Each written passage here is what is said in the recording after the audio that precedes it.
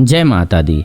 आज के इस वीडियो में जानेंगे जितिया व्रत के बारे में। जी हाँ, आप सभी के आसपास जितिया का व्रत किया जाता है, आपके घर में किया जाता है, माताएं करती हैं। माता जो है अपने बच्चे के अच्छी उम्र के लिए, लंबी उम्र के लिए, साथ ही साथ स्वास्थ्य अच्छा हो, जीवन में बच्चा तरक्की करे, उसको सफलता मिले, इसके लिए निर्जल व्रत करती हैं। यानी कि बिना जल पानी के, बिना अन्न खाए व्रत करती हैं। बहुत ही कठिन व्रत होता है। एक माता ही अपने बच्चे के लिए ये व्रत कर सकती हैं।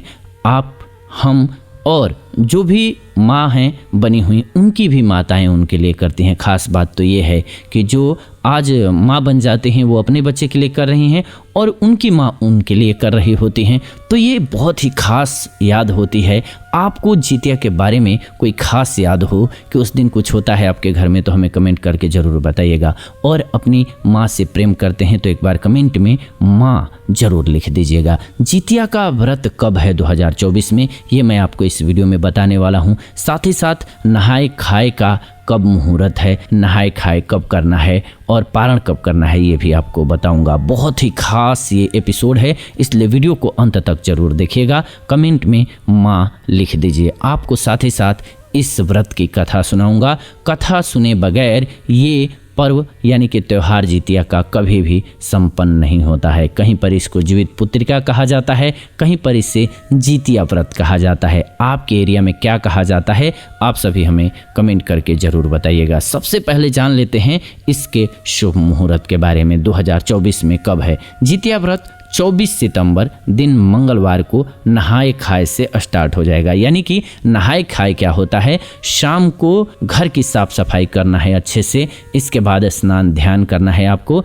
इसके बाद नहाए खाए का त्यौहार जो है वो मनाया जाता है। इसमें कहीं पर लौकी की सब्जी बनाई जाती है, कहीं तोरई बनाई जाती है, दाल चावल बनाया जाता है और शाम को औरतें खा लेती हैं। इसके बाद से न पानी पीती हैं अगले दिन तक, यानी कि अगला दिन और उसके अगले दिन तक, यानी कि पारण जब तक ना आ जाए तब तक ना पानी पीती हैं और ना ही कुछ खाती हैं। और बहुत ही शुद्ध सात्विक, बिना लहसुन प्याज, बिना किसी भी प्रकार के मीट मांस मछली के ये खाना बनाया जाता है। जीवित पुत्रिका का बहुत ही शुद्ध खाना होता है और औरतें जो है संध्या में खाती हैं। इसे नहाए खाए कहा जाता है। नहाए खाए से ये त्यौहार आरंभ हो जाता है, वहाँ से शुद्ध हो जाते हैं क्योंकि नहा धो करके ये किया जाता है। और इसके बाद इस साल जो है ये नहाए खाए का त्यौहार 24 सितंबर को मनाया जाएगा। वहीं पर जितिया व्रत जो रखा जाएगा वो 25 सितंबर दिन बुधवार को 6:34 से तिथि आरंभ हो जाएगी, उस समय से रखा जाएगा।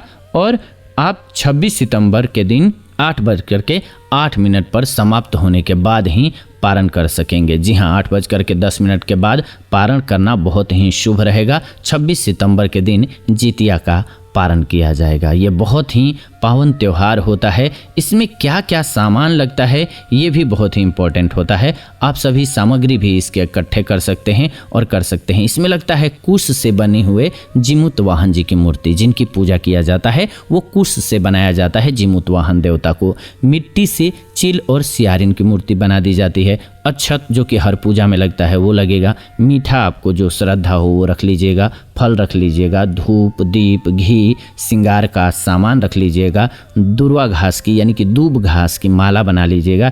इलायची, पान, सिंदूर, सरसों का तेल, फूल, बांस के पत्ते, लौंग, गांठ का धागा, गाय का गोबर, जिससे कि आंगन लिप सकें। और अगर आपका पक्के का घर है तो गंगा जल से उस घर को शुद्ध कर लीजिएगा पोछा लगाने के बाद। ये बहुत ज़रूरी होता है क्योंकि समय काल परिस्थिति के अनुसार कुछ चीज़ें चेंज होता है, तो इसलिए आप इस बात का ध्यान रखिएगा। मेन बात है कि शुद्ध होना चाहिए आपका घर जो है वो बिल्कुल साफ सुथरा होना चाहिए। घर को साफ सुथरा करके माताएं हमारी इस व्रत को करती हैं। इसीलिए मैंने कहा कि माँ के बराबर इस दुनिया में कोई नहीं। एक बार माँ से प्रेम करते हैं तो कमेंट में लिख दीजिए माँ। जी हाँ, चलिए आगे बढ़ते हैं, जानते हैं कि ये कथा क्या है, आखिर क्यों मनाया जाता है ये जितिया का त्यौहार, इतना खास क्यों बन जाता है। तो एक समय की बात है कि एक सियारन थी और एक चील थी। ये दोनों ही देखती हैं कि दो औरतें जो है वो जितिया का व्रत कर रही हैं। इनके मन में जिज्ञासा जगी कि आखिर ऐसा ये क्यों कर रही हैं, ये पूजा कर रही हैं, इनको देखने में अच्छा लग रहा है, तो ये कहते हैं कि हम भी करते हैं। अब चील और सियारन दोनों जो है व्रत करते हैं, लेकिन होता क्या है कि थोड़ी देर तो रहते हैं और दोनों ही रहते हैं, सहते हैं, लेकिन सियारिन को एक दिख जाता है मरा हुआ मांस दिखता है तो इसको लालच आ जाता है और सियारिन जो है वो मांस खा लेती है, यानी कि उसका व्रत जो है खंडित हो जाता है। अब अगले जन्म में दोनों बेटी के रूप में जन्म लेते हैं एक राजा के यहाँ पर, और दोनों की शादी होती है, अच्छे घर में होती है।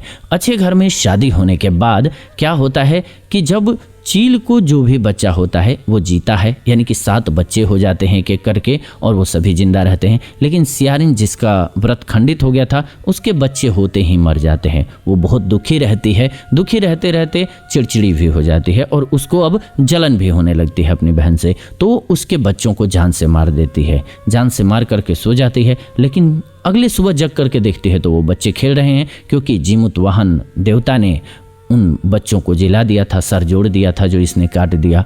अब ये बहुत आश्चर्यचकित हो जाती है, फिर वो बहुत परेशान होती है, फिर अपनी बहन के सामने रो रही होती है।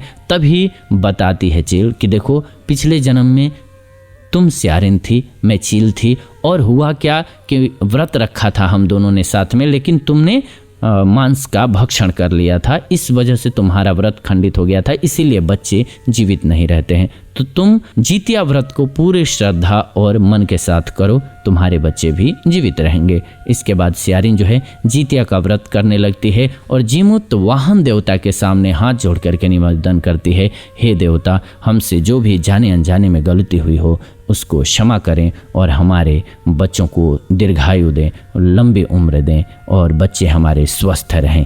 इस प्रकार से व्रत करने के बाद उसको बच्चा होता है और वो लंबे समय तक जीता है। बोलिए जीमूत वाहन देवता की जय। इसी प्रकार से अगर आप जितिया का व्रत करते हैं, शुद्धता के साथ करते हैं, पूरे मन के साथ करते हैं और इसके बाद जीमूत वाहन देवता के सामने बैठ करके आप आराधना करते हैं, पूजा करते हैं, तो आपकी सभी मनोकामनाएं पूर्ण हो जाती हैं। आपके बच्चे की उम्र अच्छी होती है, हेल्थ अच्छा होता है, उसकी इनकम अच्छी होती है। तो इसीलिए जीमूत वाहन देवता को मन से, आत्मा से याद कीजिए और ये कथा सुने बगैर आपके जितिया का व्रत जो है वो पूरा नहीं होता है। तो एक बार प्रेम से बोलिए जीमूत वाहन देवता की जय। और आपको अपनी माँ को लेकर के कौन सी खास याद है मन में, वो कमेंट के माध्यम से हमें लिख भेजिए। ये वीडियो आप सभी देख रहे हैं जीवन जीने की कला स्पिरिचुअल चैनल के माध्यम से। ऐसी ही नई वीडियो मैं इस चैनल के माध्यम से लेकर के आता रहता हूं। तो ऐसी नई वीडियोज़ के लिए चैनल को सब्सक्राइब कर लीजिए, बेल नोटिफिकेशन को ऑन कर लीजिए ताकि नई वीडियो जब भी लाएं नोटिफिकेशन आपको सबसे पहले मिले। मैं सोनू आप सभी से इस वीडियो से विदा लेता हूँ। जुड़ूंगा नई वीडियो में नई जानकारी के साथ। तब तक आप सभी खुश रहें, स्वस्थ रहें। जय माता दी। आज के इस वीडियो में जानेंगे जितिया व्रत के बारे में। जी हाँ, आप सभी के आसपास जितिया का व्रत